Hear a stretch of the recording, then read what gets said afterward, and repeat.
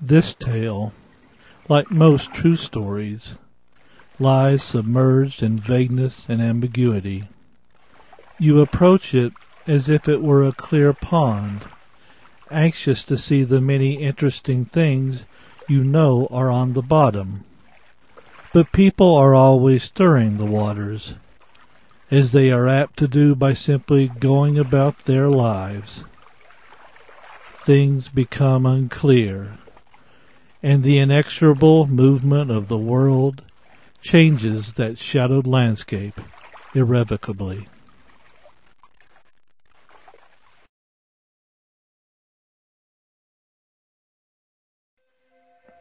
Some people say her name was Pandora. Some say she was Eve. Perhaps for you, her name was Janet, or Jane, Susan, or Molly. She was the girl in school with the sweetest smile, and forever after she would be your personal definition of beauty. She trafficked in secrets, the true meaning of her smile, the formula that would unlock her heart, the very plans and stratagems that would make you a successful human being. Mere fascination inevitably shaded into resentment. She appeared barely aware that you were alive. How you would learn to handle your resentment over her inattention would become a measure of the man you would someday be. For our purposes here, she is Pandora, and you have never forgotten her. Some people say it was a box. Some say that was some poor scholar's error, and it was, in fact, a jar. Containers can be tricky that way. We pay far too much attention to their outward appearance, and not enough to what they might hold. A box or a jar, a cave or a belly or the inside of a madman's skull. It's all pretty much the same. Whatever it was, it kept things enclosed, inside, contained. And what exactly did it contain? Some people say it was all the evils of the world, kept well confined and safely out of our reach, until that day the foolish girl set them free. Some say it was a jar full of miracles, lost to us forever when she permitted their escape. Half a dozen of one, 6 of the other, it matters little. It's all misery in the end. For our purposes here, let's just call it a box, and at least for now, we have no idea what it contains. Zeus had Pandora made as humanity's punishment. What did humanity do that was so awful? We had accepted the gift of fire from Prometheus, and fire was meant for the gods alone. Now it seems a paltry offense to have cost us our paradise, just so that we might keep the chill off and cook our hot dogs. But paradise has always been a fragile commodity, has it not? Not exactly what we'd hoped for and too easily lost. Misery's virtue, at least, is that it's all too frequently so terribly specific. The story tells us that Hephaestus, the lame one, the smith, one of the ugliest of the gods, sculpted her out of earth and water. Mud, in other words. This shouldn't surprise us. Most of us understand how we become connoisseurs of what we do not have. The talentless fan of the movie star, the penniless man who reads the Wall Street Journal, both believing that in some other realm of a multifaceted reality, they too have talent and money. And if they simply know enough, they will create the magic necessary to transport them there. Ugly men are great appreciators of feminine beauty. They breathe in its aroma and hold it gently in their mouths, reluctant to swallow because who knows when they'll find another such meal. Perhaps this makes them sexist. I don't know. I think I'd like to give them the benefit of the doubt. Certainly they have enough misery to contend with.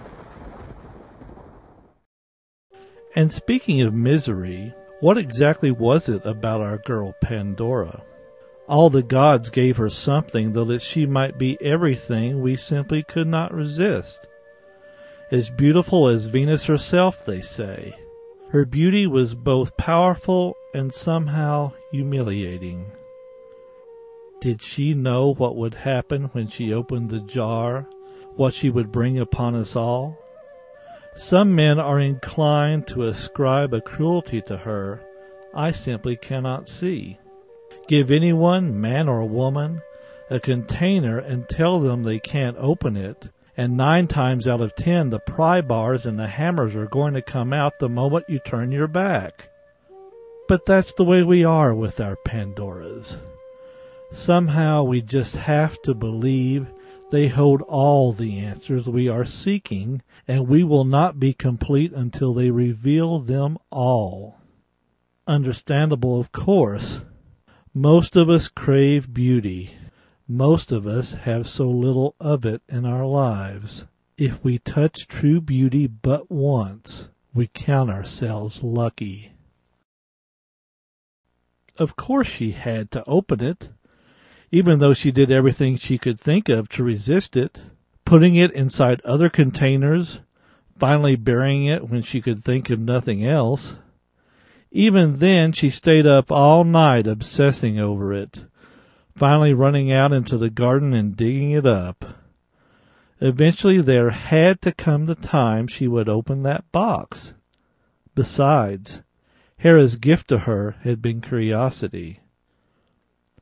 She attempted just a peek, a tiny crack, but sometimes a tiny crack is all it takes to bring a huge edifice down. After that there was no going back. Foul smells filled the air, swarmings and rustlings inside. She tried to slam the lid shut, but it was far, far too late. Rheumatism, gout, colic, envy, and spite were now a part of the world. Ignorance and insanity, jealousy. She and her husband Epimetheus were stung on every part of their bodies. So deal with it. All knowledge has a cost. Women bring life and death to the world. Wishing won't drive those things back into the box. Our only saving grace was that hope, in the form of all things, a crow, lingered about the opened lid. At least that is the story as it has been passed down to us. Did she really set loose all the evils of the world? Can we really believe that before Pandora there was no evil, no sickness? Or were they always there, and her great crime was to point them out to us, to inform us that we were indeed mortal, no longer a conscious manifestation of the gods or the larger natural world, that our time on this planet was severely limited. What was in that box? It was a wedding gift, just as marriage was the box designed to contain her, denying her access to the vaster world outside. Did Eve invent evil? Or was she simply the one who first spied the snake in the tree? And that girl you loved, the one you could never muster the courage to even speak to, was it the fact that once she appeared you realized how incomplete you were?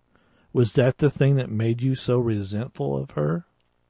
Perhaps all the box contained was a new way of seeing the world.